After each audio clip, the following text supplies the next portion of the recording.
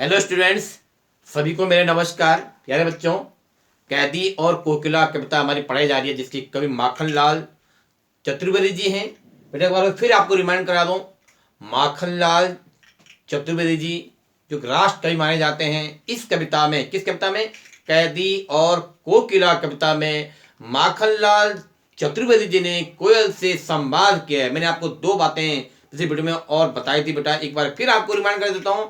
आप जगह जगह देखेंगे क्वेश्चन मार्क, यानी कि प्रश्नों शैल भी आप कह सकते हैं, यानी कोयल से बार बार संवाद करते हुए उसे प्रश्न पूछे गए हैं। यानी कि इस कविता में जहां जहां पर आपको क्वेश्चन मार्क मिलेगा वहां पर प्रश्न अलंकार का बोध हो रहा है। इन काव्य में जहां पर प्रश्न का बोध होता है वहां पर प्रश्न अलंकार होता है। एक और चीज बातें मैंने आपको बताई थी, मानवीकरण अलंकार, जिसे अंग्रेजी में बोलते हैं पर्सोनिफिकेशन। इन काव्य में जहां पर जड़ पर चेतन का आरोप लगाया जाता है, अर्थात हम ये कह सकते हैं कि काव्य में जहां पर प्रकृति पर मानवीय भावनाएं या मानवीय क्रियाएं दर्शाई जाती हैं वहां पर मानवीकरण अलंकार होता है। आप यहां पर कविता में देख रहे हैं कि कोयल से जो केवल अपनी बोल सुना रही है, हमारी भाषा को समझ नहीं सकती है और हम उसकी भाषा को समझ नहीं सकते हैं। केवल कवि ने जेल में रहते हुए इस कविता को लिखा है, कोयल की बोल को सुनकर के लिखा है, उससे संवाद जाहिर किया है। यानी यहां पर कोयल के साथ जैसे मानवीय भावनाएं दर्शाई गई हैं कवि के द्वारा।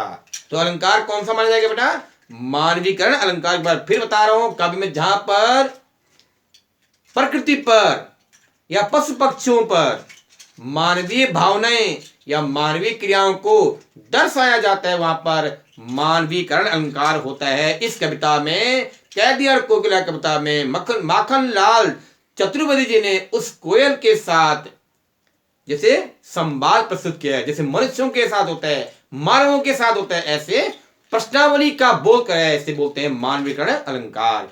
पढ़ते बेटा आगे।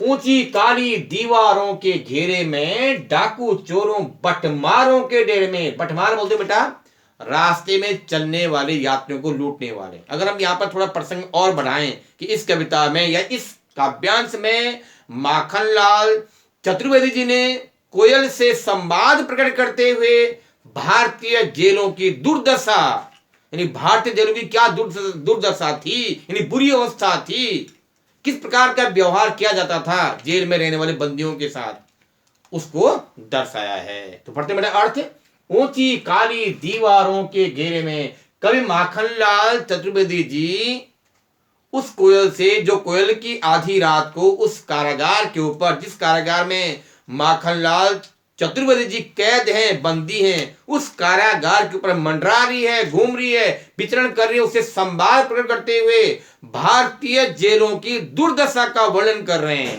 कि भारतीय जेलों की क्या क्या दुर्दशा है। दुर्दशा माने बुरी दशा, कि हे कोयल, मैं तो इस जेल की ऊंची ऊंची और काली काली दीवारों के घेरे में कैद हूं, बंदी हूं, डाकू चोरों बटमारों के डेरे में निवास। मेरे साथ कौन कौन हैं?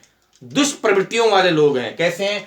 डाकू भी हैं, चोर भी हैं, रास्ते में लूटने वाले, बटमार से बोला गया है। इस प्रकार की दुष्प्रवृत्तियों वाले लोग हैं, अर्थात हमको यहां मजबूरी में रहना पड़ रहा है। आगे बोला गया, जीने को देते ही नहीं पेट भर खाना।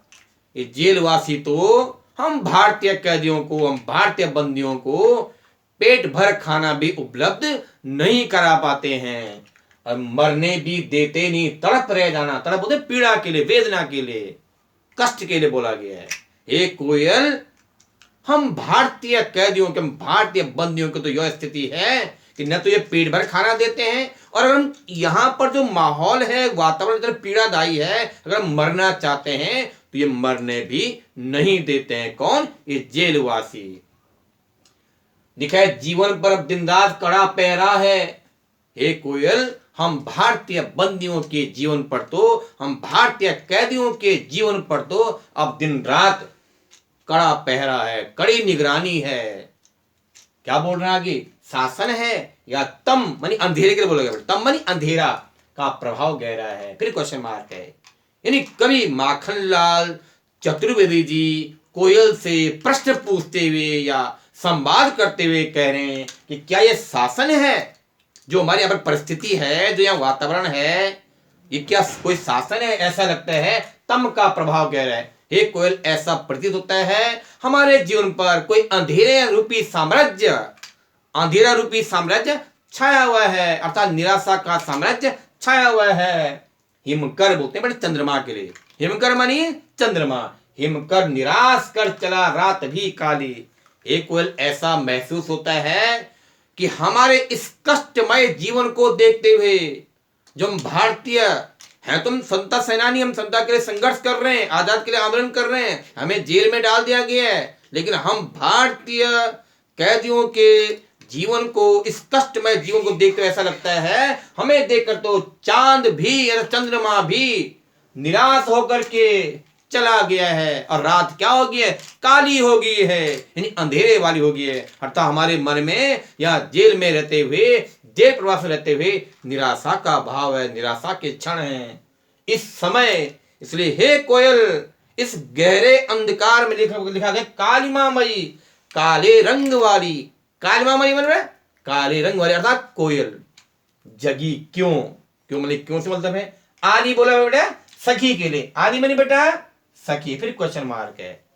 इसलिए हे काले रंग की कोयल, इस रात के गहरे अंधकार में तुम क्यों जागी हुए हो? तुम क्यों जगी हुए हो? हे कोयल बताओ, मुझे स्पष्ट रूप से बताओ। तो बेटा ऐसा आपको सुनना है।